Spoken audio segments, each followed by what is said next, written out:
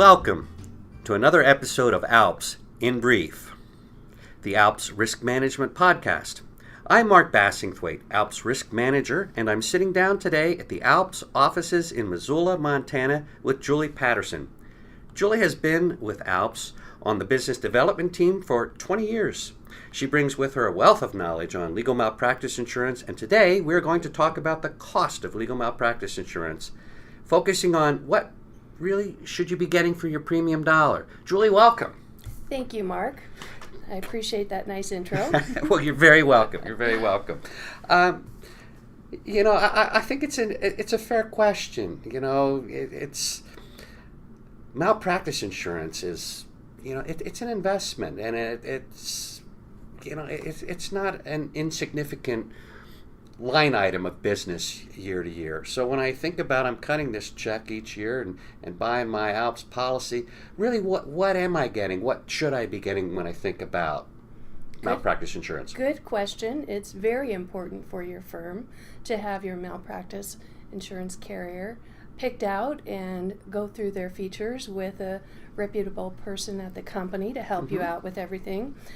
You want to look for somebody who is going to partner with you, who's going to understand what you do in the course of your day-to-day business and be able to provide support where you need it, but also peace of mind for exactly what you're buying for your firm. I think that's a great point in the sense, when heaven forbid, if I have some significant claim come up at some time, I really am counting on the carrier to have my back. And, what I'm hearing is the relationship here I really should look into and make sure that I feel that this is a partner I need to. It is, and that's very important because you want to have access to the people when you need to talk to them, or if you have a claim in your firm, you need to be able to talk to that person who can help you ease your mind and get the ball rolling for you.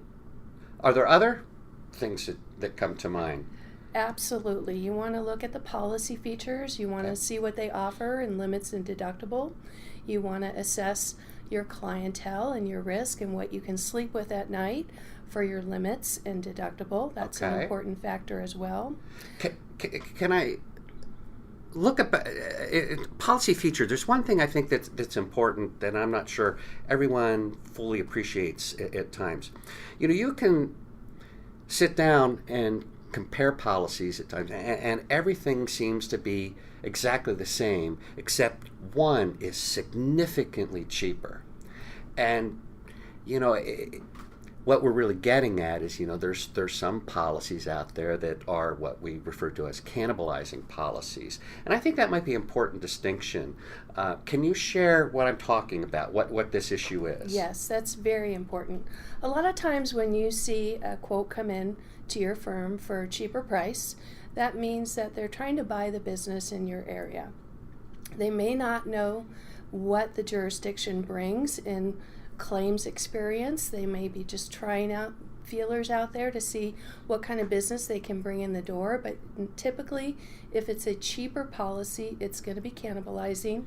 You are not going to have limits on the outside of your per claim limit, and you will probably have a hammer clause, meaning if a claim were to arise and you don't agree to settle it with the carrier who you've been insured with, they are going to walk away and you're going to be left holding the bag. Okay, so I want to make sure that we're clear. So when we talk about limits being inside or outside, if I have policy, if I have limits, or my defense costs inside limits, so that every dollar that gets spent on defense is going to erode what's available for the loss payment. You're exactly correct. It's going to erode that per claim limit, and you want to look for defense costs on the outside of your per claim limit with the carriers that you are shopping with. That seems to me to be a pretty important thing, and that's just very important. But just to understand, so two policies that are on their face may provide $1 million in coverage, but if the cheaper policy has defense costs inside limits, I'm really not getting $1 million policy. So that's why it's cheaper. That's correct. That makes sense. Well, then continue on. So we've talked about the relationship. We've talked a bit about some of the features and looking at some of the pricing issues. Are there other things that come to mind yet? Well, to add on to the pricing, responsible pricing. You want to look for a carrier that's had some experience in that jurisdiction, that's been there a while. Okay. They know the climate, they know the jurisdiction, and they are going to rate accordingly and responsibly. So if you see a carrier come in real low, they're just trying to buy your business, and they might do a bait and switch the following year. So be careful when you're shopping and looking at pricing. So again, and it seems to be, is it worth even asking how long you have been in a market? Absolutely. If I'm shopping and it's... Absolutely. Right. And the other important factor is if that carrier is endorsed by the state bar. Many state bars around the United States will endorse a carrier, meaning they're giving back to that community, that legal profession in that community, and that's an important factor as well. It comes with a, Okay, all right. So what I'm hearing on sort of the takeaway with this piece is just looking at commitment to the local market. Absolutely. That I want to work with and ensure that is committed Absolutely. long term. And that makes a lot of sense. Okay. And customer service plays into it as well. You want somebody who's going to return your calls, who's going to answer your questions, respond to your email in a timely fashion, and hopefully under 24 hours, and you shouldn't have to chase them down. They should be willing to talk to you, whatever it is that comes about and you need help with. Okay. Excellent. Those are, boy, wish I had known that years ago. Let me tell you, before I got into working with an insurance company. Are there any final thoughts or other things you'd like to share, Julie? Yeah, probably just a quick input on claims handling. Okay. Double check on how they handle the claims, how you report a claim. Are you going to be assigned a claims attorney to work with or a claims adjuster? Very important. You really want somebody who is a claims attorney, who's an attorney who can talk on your level, and find out who their defense panel is in your jurisdiction. And if you have input there, that's important as well. You really want input instead of them picking an attorney that maybe is somebody you don't respect in your jurisdiction. Right. Yeah.